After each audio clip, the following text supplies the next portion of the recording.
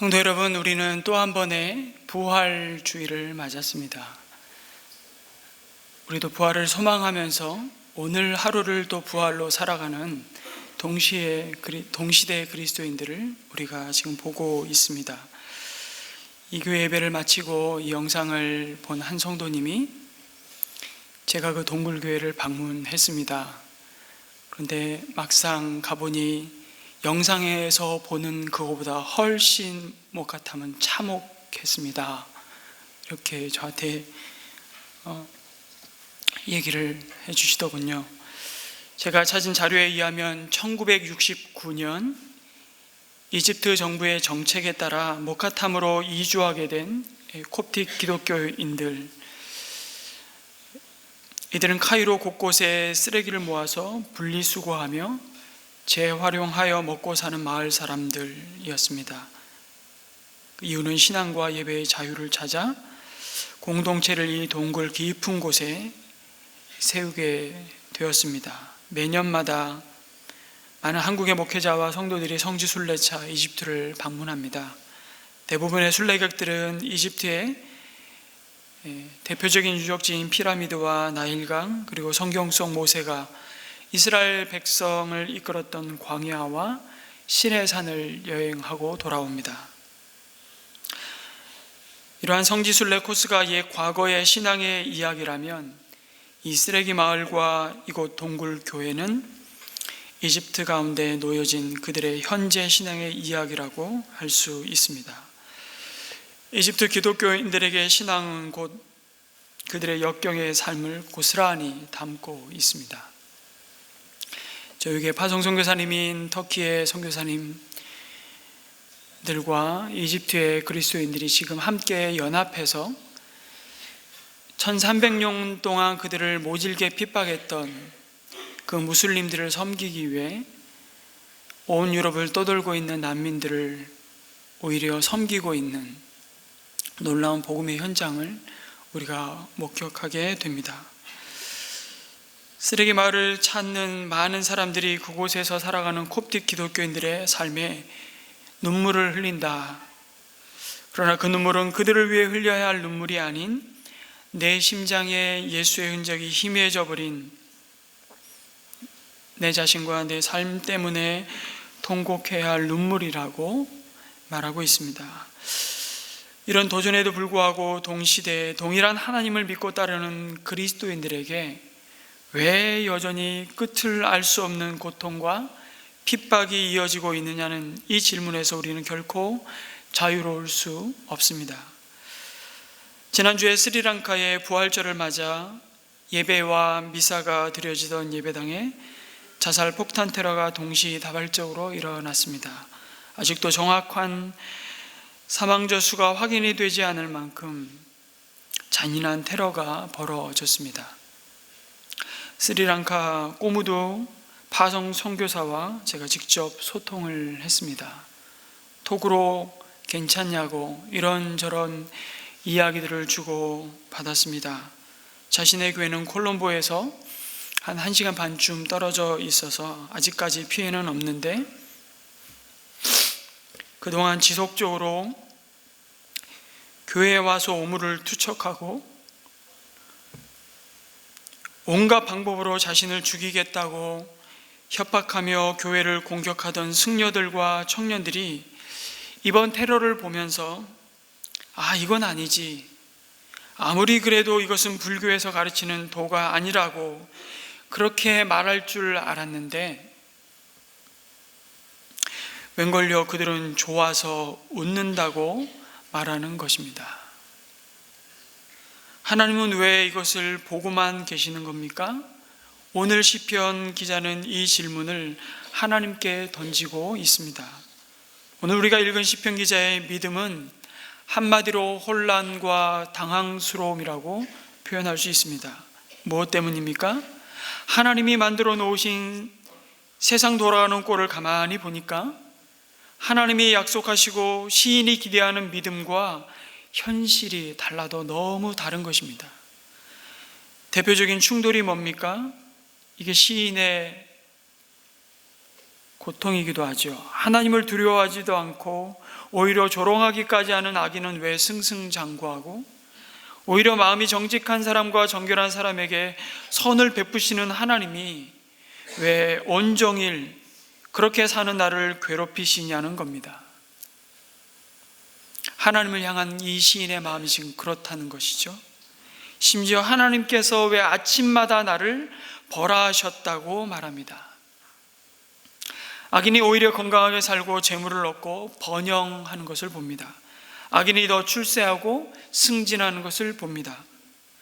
그런데 의롭게 살고자 하는 자들은 병들고 재산을 잃고 인생의 싸움에서 패배자로 밀려나는 것을 목격합니다. 꼭 목화탐의 이야기만이겠습니까? 오늘 우리가 발붙이고 사는 이 땅의 현실이라고 시인은 노래합니다. 그래서 내가 예수 믿어서 복받은 게 뭐야? 이렇게 말하는 것이죠. 내가 예수 믿어서 더 좋은 게 뭐가 있어? 내가 예수 믿고 나와 내 자식이, 우리 가족의 형편이 나아진 게 뭐가 있냐는 것입니다. 왜 예수 믿었는데도 인생이 이렇게 꼬이고 안 풀리는 거냐고 한탄을 하고 있습니다. 그런데 이 탄식 가운데 있는 하나님의 사람이 정말 믿음이 별로인 사람일까요?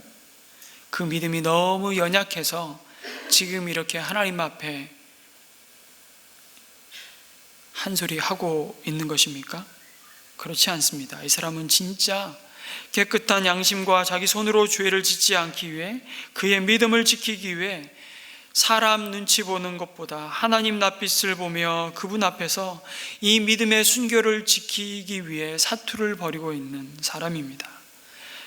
그런데 그러면 뭐 하냐는 것이 이 성도의 또 다른 한탄이죠. 그래서 자신의 믿음의 확신을 잃었습니다. 그러면서 내가 거의 넘어질 뻔했다고 하나님을 향한 나의 믿음을 버리고 내가 거의 실족하여서 하나님 없이도 잘 먹고 잘 사는 악인들의 길을 따라갈 뻔했다고 고백합니다. 그런데 시인이 말하는 그런 의심과 믿음의 깊은 절망과 회의는 무엇 때문이라고 말씀합니까? 그것을 3절에 이렇게 고백합니다. 내가 거만한 자를 시샘하고 악인들이 누리는 평안을 부러워했기 때문이라고 시인은 고백합니다. 여러분, 거만한 자는 교만한 자입니다. 교만할 만큼 남부러울 것이 없고 남에게 아쉬운 소리 할 필요가 없을 만큼 다 갖추고 다 누리고 있는 사람입니다. 여러분, 누가 여러분에게 와서 뭔가를 자랑하잖아요. 자식 자랑하고 가진 것 자랑하고 남편 자랑하고 외모 자랑하고 학벌 자랑하고 자랑 하다가도 어느 누구 앞에서는 꼬리 내리고 입이 다물어지는 사람이 있습니다. 그런 사람이 거만한 자입니다. 뭐 하나 꿀릴 게 없는 자입니다. 그런데 나는 하나님을 믿는 것 빼고는 자랑할 게 하나도 없는 것이죠. 그런데 그 하나님은 손에 만져지기를 하나, 눈에 보이기를 하나, 때로는 불러도 돌아오는 대답이 없으신 분 같습니다. 거만한 자 앞에 서면 더욱이 하나님도 갑자기 너무 초라해 보이는 겁니다. 하나님이 마구 자랑질을 하는 거만한 자 앞에서 나를 좀 폼나게 제대로 높여주시면 내가 이런 마음이 없을 텐데, 시인은 시샘에 사로잡혔다고 말합니다. 여러분, 이 시샘은 다른 누군가의 삶을 간절히 원하는 행위이죠. 질투입니다.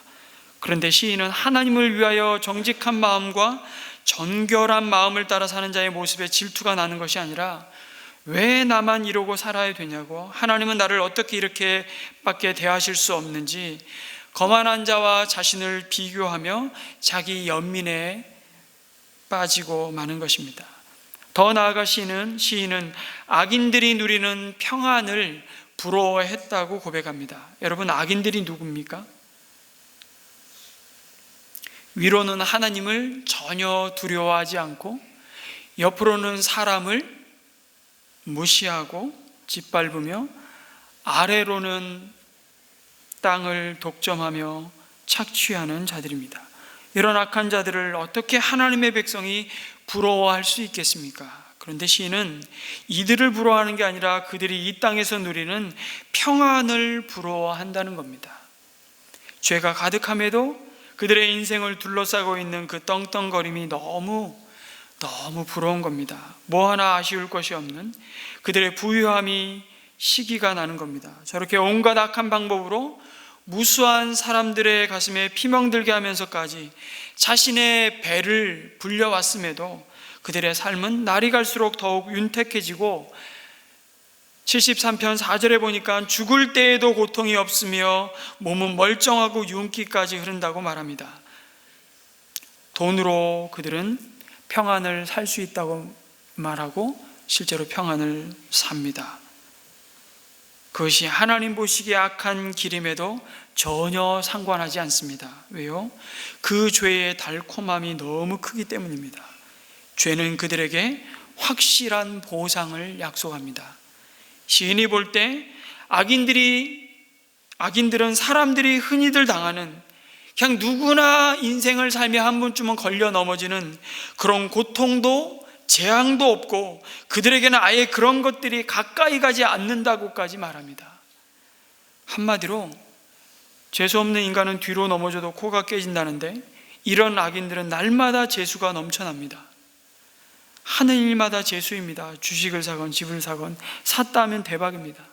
이들에게는 하나님이 있으나 없으나 아무 상관이 없습니다. 아니 없어도 인생이 술술 풀려 나갑니다. 그러니 그들의 눈으로 볼 때 보이지 않는 하나님 앞에 울며 매달리는 믿음의 사람들은 정말 꼴불견인 겁니다. 85%의 무슬림들이 15%의 카타콤과도 같은 그 쓰레기 더미에 사는 그 인생들을 향해서 정말 제발 사라져줬으면 좋겠다 라고 말하는 것과 똑같은 겁니다. 그러니까 당연히 그들이 사람에 대해 갖는 태도가 뭡니까? 무례함과 교만함입니다. 오늘 73편 6절에서 시인은 말합니다. 오만은 그들의 목걸이요 폭력은 그들의 나들이 옷이다. 그들은 피둥피둥 살이 쪄서 거만하게 눈을 치켜뜨고 다니며 마음에는 헛된 상상이 가득하며 언제나 남을 비웃으며 악의의 참말을 쏘아붙이고 거만한 모습으로 포건하기를 즐긴다. 이렇게 말합니다.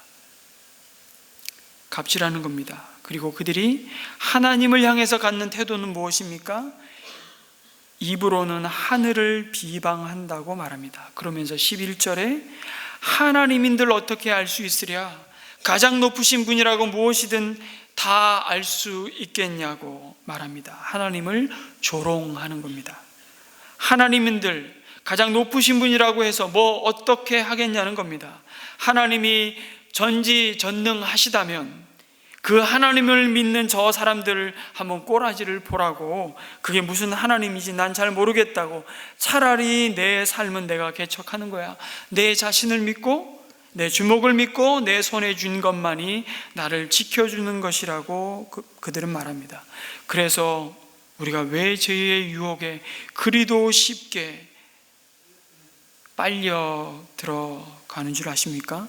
죄는 당장 우리에게 힘을 선물로 보장해 주는 것처럼 보이기 때문입니다.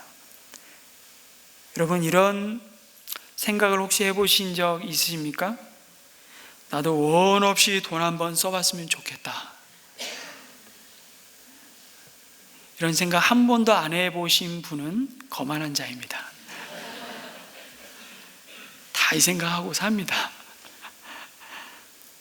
악인들이 누리는 그 평안을 볼 때 우리의 믿음이 다 흔들릴 수밖에 없다는 겁니다. 왜냐하면 이 땅에서 웬만하면 돈으로 해결 안 되는 것이 없어 보이기 때문입니다.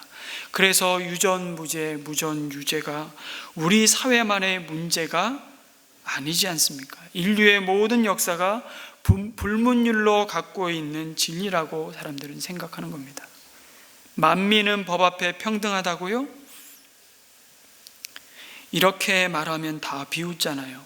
현실과 이론은 다르다고 믿는 겁니다. 마찬가지로 믿음과 현실은 다른 것이라고 말하고 싶은 겁니다. 죄가 얼마나 달콤한 것인지 모릅니다. 왜 악인의 형통함 앞에 우리는 한없이 나약해집니까? 죄가 가져다주는 보상과 매력이 너무나 크기 때문입니다. 적어도 이 땅에서는 말입니다. 다시 보십시오. 악인들은 죽을 때에도 고통이 없다고 시인은 말합니다. 그들에게는 사람들이 그 흔히 당하는 고통이나 재앙도 다 비껴간다고 말합니다. 오만함과 거만함이 그들의 온몸을 두르고 폭력과 폭언은 그들만이 가진 당연한 권리인 것처럼 사람들을 이용하고 조종하고 통제하기 위해 아무 거리낌 없이 사용하는 그들의 지배 수단입니다. 그럼에도 그 악한 힘이 얼마나 매력이 있으면 그 악인들의 번성함과 이 땅에서의 고통을 알지 못하며 승승장구하는 그들을 보면서 이 시편 시인은 아주 충격적인 고백을 합니다. 하나님의 백성들마저도 그들에게 홀려서 물을 들이키듯 그들이 하는 말을 그대로 받아들여 덩달아 말한다, 이렇게 얘기합니다. 정말 풀기 어려운 문제는 하나님 앞에서 정말 신실하게 살아가는 자들에게 그런 시험과 유혹과 회의가 더욱 고통스럽게 찾아온다는 겁니다. 세상에서는 세상의 방식대로 철저히 옷 갈아입고 내가 그리스도인인지 내 소속이 어디인지를 전혀 낌새조차 챌 수 없는 자로 살다가 지난주일 예배와 이번 주일 사이에 그 삶을 예배로 드리는 것과는 전혀 상관없이 살다가 주일만 되면 하늘의 시민권자라는 명찰 달고 옷 갈아입고 이 예배에 와서 앉아있는 그리스도인이 아닙니다. 이 시인은 정말 보이지 않는 하나님을 보는 것 같이 그 하나님을 의지하고 사랑하는 자입니다. 하나님께서 기뻐하시고 소원하시는 삶을 살기 위해 고분분투하는 성도입니다. 누구보다 하나님을 사랑하는 일에 둘째라면 서러워할 만큼 이 믿음의 사람은 자기 손으로 죄를 짓지 않기 위해 깨끗하게 살아왔다고 자부합니다. 그런데 그 모든 것이 허사라는 말인가? 그 시인의 입에서 이런 말을 내뱉습니다. 내 이 모든 믿음의 경주가 수고가 허사라는 말인가? 혼란스러운 겁니다. 그러면서 잘 보십시오. 이 시인의 내면 깊숙이 감춰진 믿음의 동기가 무엇인지를 하나님이 여기서 밝히 드러내시고 있습니다. 하나님을 위해서 그렇게 순전한 믿음으로 살았는데 그 이유가 뭐라는 것이죠? 악인도 저렇게 떵떵거리고 큰소리치며 사람을 무시하며 하나님까지 조롱하며 사는데도 저렇게 잘 먹고 잘 살지 않습니까? 그렇다면 하나님, 나는 당연히 그보다 더 엄청난 것으로 이 땅에서 보상받아야 되는 거 아니냐고 지금 말하고 싶은 겁니다. 자, 보십시오. 그가 순전한 마음으로 순종한 이유가 결국 하나님 때문입니까? 자기 자신 때문입니까? 하나님 때문이에요? 자기 때문이에요? 자기 때문입니다. 이 시인의 마음도 여전히 하나님의 마음을 움직여서라도 자기가 원하는 보상을 받아내고자 하는 동기와 목적을 가지고 하나님을 찾고 있는 겁니다. 그러니 그의 입에서 나오는 말은 당연히 내가 이렇게까지 하는데 하나님 정말 이러실 겁니까? 나한테 이러시면 곤란합니다. 그런 마음이 있으면서도 또 한편으로는 하나님께 등 돌리고 영 악인들처럼 살 수 없는 노릇입니다. 왜요? 그들 가운데 하나님의 살아계심을 보여주신, 하나님을 인격적으로 만난 의의 경험이 있기 때문입니다. 쉬운 말로 막 나갈 수는 없습니다. 그러니까 15절에 시인이 이렇게 말하지 않습니까? 나도 그들처럼, 악인들처럼 말이에요, 살아야지 하고 말했다면 가정하지 않습니까? 나는 주님의 자녀들을 배신하는 일을 하였을 것입니다. 그런데 그렇게까지 막 나갈 수 없었다는 겁니다. 그런데 여전히 이 얽힌 문제를 풀어보려고 해도 그것은 내가 풀기에는 너무나 어려운 문제라고 지금 탄식하는 것입니다. 이런 시인에게 하나님이 드디어 대답하십니다. 답은 뭔가요? 17절부터 놀라운 전환이 일어납니다. 그러나 마침내. 오늘의 설교 제목입니다. 그러나 마침내. 그렇게 말씀하시는 그 하나님의 음성에 여러분 귀를 기울이셔야 합니다. 영적인 혼돈의 소용돌이에서 빠져나올 수 있는 길을 지금 하나님이 제시하시고 있습니다. 그것이 뭡니까? 일의 결국을 보라는 겁니다. 모든 일의 끝을 바라보라는 겁니다. 그것이 뭡니까? 악인들의 형통이 잠깐이라는 겁니다. 그들이 영원할 것 같지만 인생이 아무리 길어 보여도 하나님 앞에서는 한순간 한바탕의 꿈인 것을 깨우치시는 겁니다. 20절 말씀입니다. 아침이 되어서 일어나면 악몽이 다 사라져 없어지듯이 주님께서 깨어나실 때에 그들은 한낮 꿈처럼 자취도 없이 사라집니다. 그들의 영광은 하룻밤 꿈과 같은 실상이 아니라 허상이라고 지금 말씀하는 겁니다. 여러분, 세상은 허상을 실상이라고 속이고요, 실상을 허상이라고 모욕하고 미련한 것이라고 말합니다. 그 속에서 악인들이 하는 말을 자꾸 우리는 흉내내고 싶어집니다. 그것을 따라하다 보면 이제 진짜가 가짜인지 가짜가 진짜인지 자신도 헷갈리고 스스로 자신을 속이는 자리까지 간다는 것을 지금 시인은 경고하고 있습니다. 그러면서 어느새 나도 똑같은 악인들과 별반 다르지 않는 주님 앞에 있는 한 마리 짐승이었다는 사실을 인정하지 않을 수 없다고 지금 고백하는 겁니다. 나도 별 수 없는 인간임을 고백하지 않을 수 없는 겁니다. 우리 죄가 얼마나 깊은지 그것을 보게 하십니다. 그럼에도 여러분, 우리에게 주신 은혜가 있다면 주님이 나의 손을 놓지 않는다는 것입니다. 끝까지 나와 함께 하십니다. 마침내 주님의 영광에 참여하기까지 내 걸음을 인도하시고 보호하실 것을 바라고 소망하는 그 믿음에서 떨어지지 않도록 나를 붙들어 주신다는 것입니다. 23절과 24절의 약속의 말씀을 함께 읽었으면 좋겠습니다. 시작. 그러나 나는 늘 주님과 함께 있으므로 주님께서 내 오른손을 붙잡아 주십니다. 주님의 교훈으로 나를 인도해 주시고 마침내 나를 주님의 영광에 참여시켜 주실 줄 믿습니다.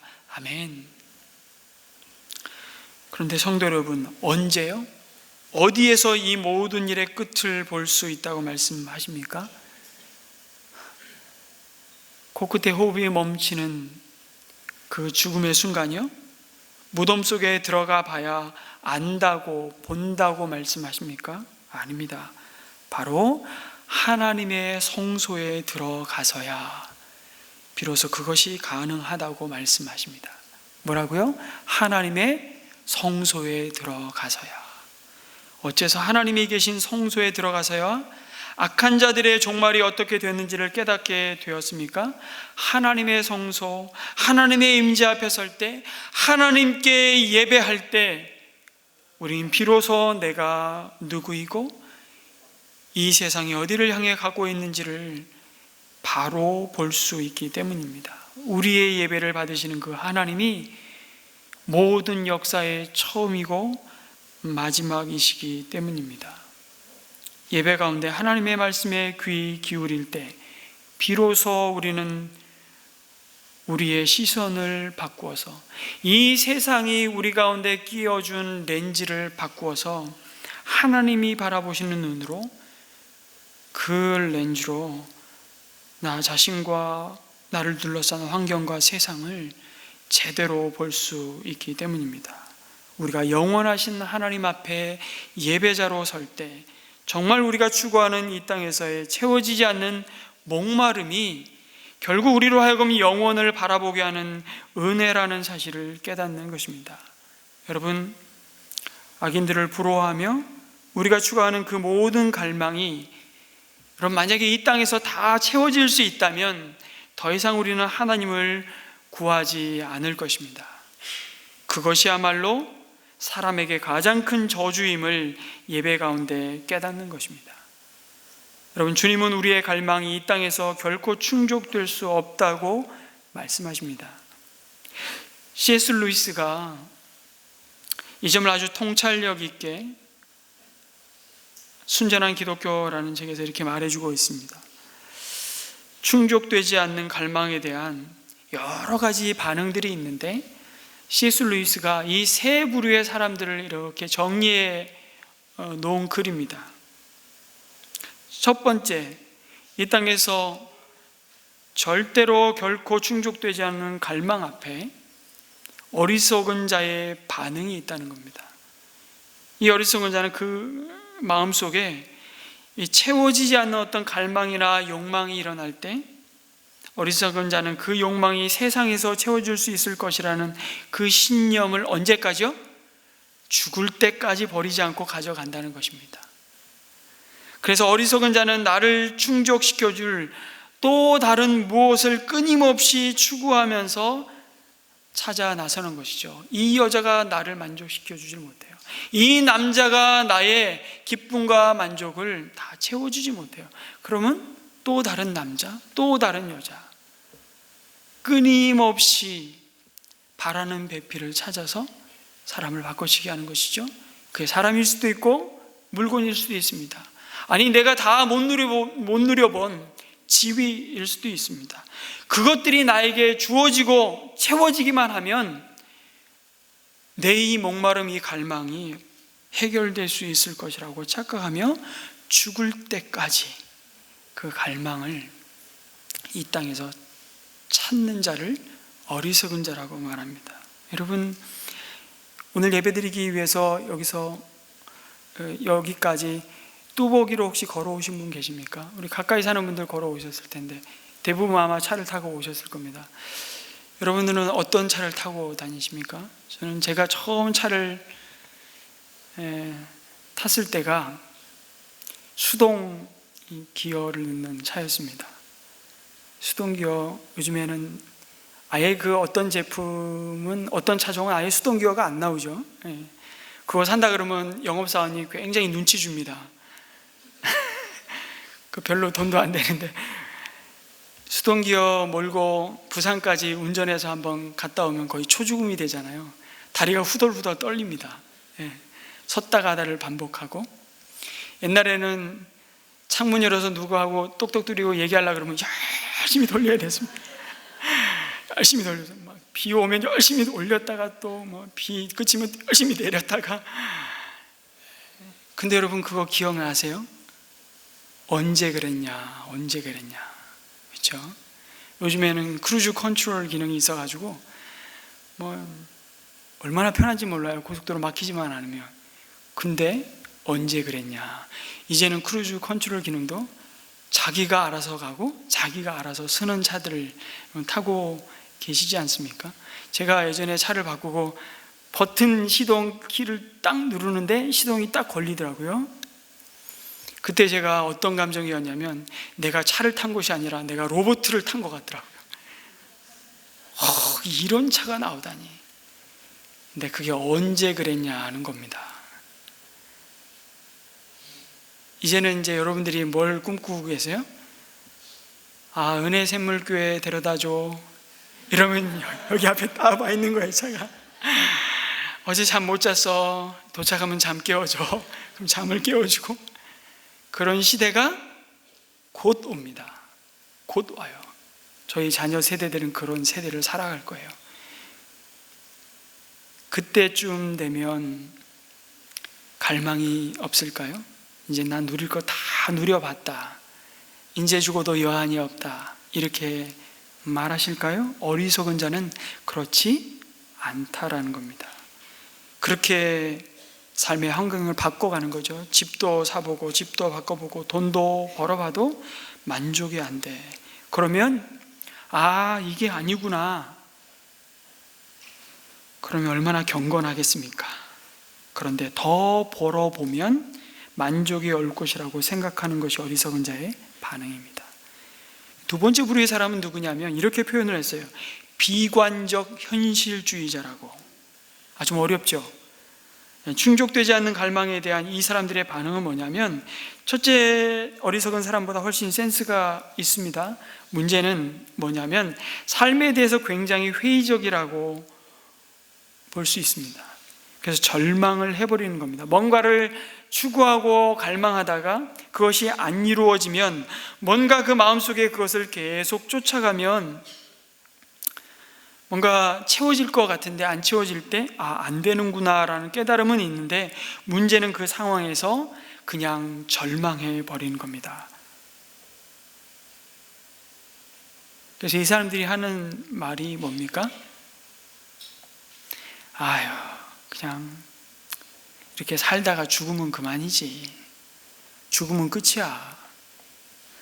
인생에는 기쁨도 없고 의미도 없고 사랑도 없고 만족도 없구나.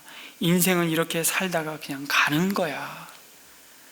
여러분, 첫 번째 어리석은 사람보다는 낫습니다. 왜냐하면 이 사람은 다른 사람에게 민폐는 안 끼치기 때문입니다. 근데 C.S. 루이스는 마지막 우리 그리스도인들의 반응을 소개합니다. 그리스도인에게는 여전히 채워지지 않는 갈망이 동일하게 있습니다. 여러분, 그리스도인도 결혼도 하고 집도 사고 차도 사고, 여러분 그리스도인이라고 맛있는 거 안 찾아다니면서 안 먹습니까? 다 먹습니다. 하나님이 창조하신 이 세상에 우리가 즐길 수 있는 것이 얼마나 많은지, 그것을 그리스도인들도 다 누리고 맛보고 삽니다. 그런데 그리스도인은 우리가 살아가는 삶 속에 어떠한 즐거움, 어떠한 만족, 쾌락도, 이 모든 것은 그 자체의 의미가 있는 것이 아니라 그것을 통해서 더 나은 하나님의 종말적인 현실에 대한 갈망을 갖게 된다고, 그것이 훨씬 지혜로운 것임을 아는 것입니다. 이 만족이, 이 기쁨이 또 다른 무엇으로 채워지고 채워짐으로 충족되어지는 것이 아니라, 그 갈망은 영원한 하나님의 나라에서 완전히 채워질 것을 소망 중에 바라보게 하는 그 은혜를 누리게 한다는 것이죠. 바라보게 한다는 것입니다. 그것이 하나님이 다스리시는 천국 아니겠습니까? 이거는 도피적인 삶을 살자는 얘기가 아닙니다. 우리가 지금 이 땅에서 누리는 것이 어디를 바라보게 하고 어디를 향해 있는지를 기억하라는 것입니다. 그래서 천국은 어디냐면요, 여러분이 지금까지 이 땅에서 몇 년의 인생을 살아오셨는지 모르겠습니다. 앞으로 살아가야 할 날들이 지금까지 살아온 날들보다 많을지 적을지 우리는 아무도 모릅니다. 그러나 많다고 느껴지시는 분이 아마 훨씬 더 많을 텐데요, 지금까지 살아오면서 여러분이 가장 행복했던 순간이 언제세요? 난 지금 너무 꿀꿀해, 너무 마음이 슬프고, 오늘처럼 이렇게 날씨가 그냥 꾸질꾸질하면 멜랑콜리해지고 너무 힘들어. 그럴 때 되면 떠오르는 그 순간, 그때 너무 좋았지. 그러면서 잠시 우울한 기분을 리프레시하는 그런 순간이 언제였습니까? 여러분, 그 순간을 한 1억 배쯤 증폭시켜서 그게 영원히 간다고 생각하면 그것이 천국입니다. 비유하자면 그 천국을 이미 우리가 뭐하고 있다고요? 누리고 있다고요. 그 천국, 그 영생을 우리가 이미 소유하고 있다고 그리스도인은 고백하고 있는 것입니다. 그것이 지혜로운 믿음이라고. 그래서 시편 62편에 다윗이 놀라운 고백을 합니다. 잠잠히 내 영혼이 하나님을 바라보며, 이렇게 고백하면서 그 시편 62편의 고백은 그가 인생 말년에 자기 몸으로 낳은 자식 압살롬에 의해서 또 왕위가 찬탈되고 정처 없이 맨발로 예루살렘 성을 빠져나갈 때 얼마나 급했는지 신도 못 신고 감히 하늘을 우러러 얼굴을 올려보지도 못하고 땅을 바라보면서 도망갈 때 쓴 시라고 성경학자들은 보고 있습니다. 그 시편 62편 10절에 이렇게 고백합니다. 한번 같이 읽을까요? 시작. 포악을 의지하지 말며 탈취한 것으로 허망하여지지 말며 재물이 늘어도 거기에 마음을 두지 말지어다. 그러면서 오직 하나님만이 나의 반석이시오 나의 구원이시오 나의 요새이시니 내가 흔들리지 아니하리로다, 이렇게 찬양합니다. 여러분, 하나님 자신이 우리의 복이십니다.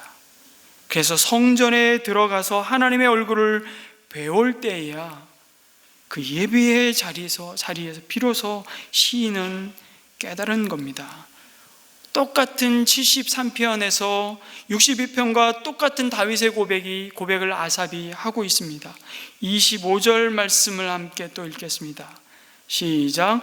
내가 주님과 함께하니 하늘로 가더라도 내게 주님밖에 누가 더 있겠습니까? 땅에서라도 내가 무엇을 더 바라겠습니까? 내 몸과 마음이 다 시들어가도 하나님은 언제나 내 마음에 든든한 반석이시오 내가 받을 몫의 전부이십니다. 아멘. 주님 말고는 내게 아무것도 없습니다. 아무것도 만족을 주지 못하고 영원하지 않습니다 라고 고백하는 것입니다. 여러분, 이미 우리는 모든 복을 소유한 자들임을 기억하시기 바랍니다.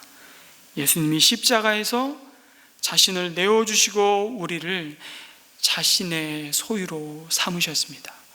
영원한 삶을 이미 소유한 자임을 기억할 때 우리는 더 이상 흔들리지 않습니다.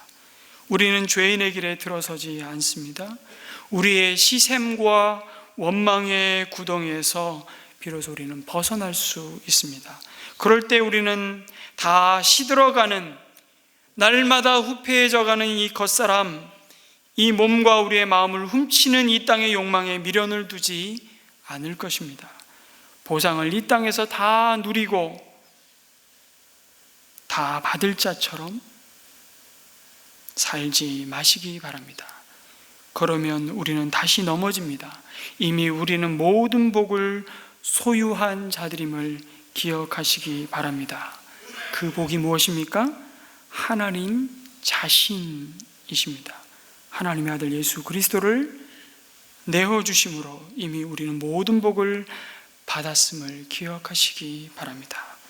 그래서 우리는 지난주에 말씀드렸던 것처럼 다시 한번 짐 엘리엇의 고백을 우리의 고백으로 찬양할 수 있는 것입니다. 뭐라고요?